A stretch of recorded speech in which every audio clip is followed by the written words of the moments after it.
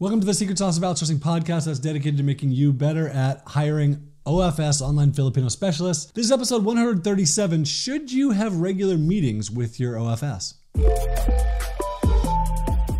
So I recently got this email from Kim. She writes, "Hi John, I love your newsletter. Quick question, 99% of my communication with my VA is via email. We used to meet on Zoom frequently and now we do not anymore. Her work is still excellent. I'm wondering if it is a mistake to not connect with her face-to-face more often. I wonder what you think about this. She seems satisfied, I seem satisfied, yet this is a nagging question. Thanks for sharing your thoughts." Kim.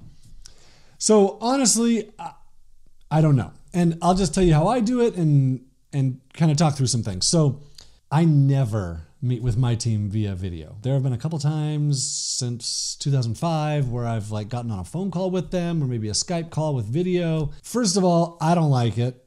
Second, usually they don't like it. And that's partly why. So I don't like doing it and I don't find a need to do it. I do regularly send them videos of me. So screen capture videos with me talking or videos with the camera and my face and me talking.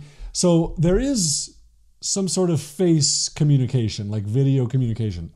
I will regularly get video communication back from them. Usually it's just screen recordings. They almost never put their face in it, but occasionally I'll get a face. So I asked my team about this, what do you think about regular meetings with your boss? And I got mixed responses. So some of them don't want to do video chats. They're okay with email and Skype and Basecamp, which is our project management system. They don't like doing face-to-face meetings, partly because they're scared and they're embarrassed and they don't want you hearing the dogs barking or the trikes going by or the people walking by in the background or seeing their house or the whole thing.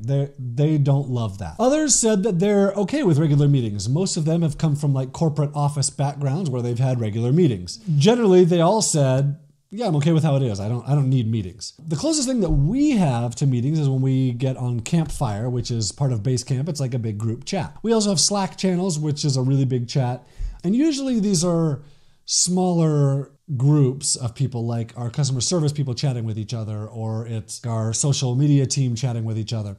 But in Campfire and Basecamp, we'll get everybody participating, and not all at the same time, just because nobody's online at the same time. And not everybody participates, but everybody's seeing it. So this is what works for us. Not everybody's like this. I know people that do regular meetings with people. Here's the things that I would say to you. Are you having some sort of communication with them that's outside of just text? So is there some form of communication that is pretty quick, like chatting or maybe text messaging back and forth? Or are you doing some sort of video communication where you're sending screencasts where they're hearing your voice? So those are good things to do because they build relationships. And then the three questions I would ask, does a regular meeting serve a purpose for you and your business?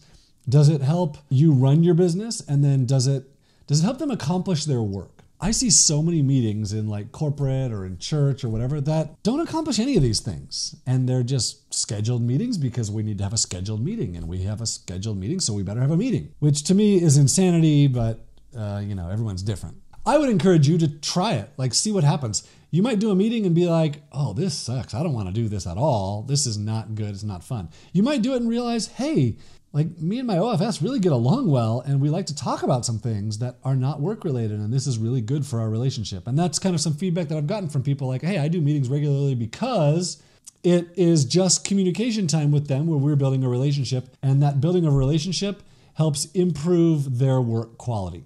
So I would also be interested in hearing what you do for meetings. Do you have some ideas for me? Do you have some ideas that I could share that other people might be interested in? Send me an email, john@onlinejobs.ph.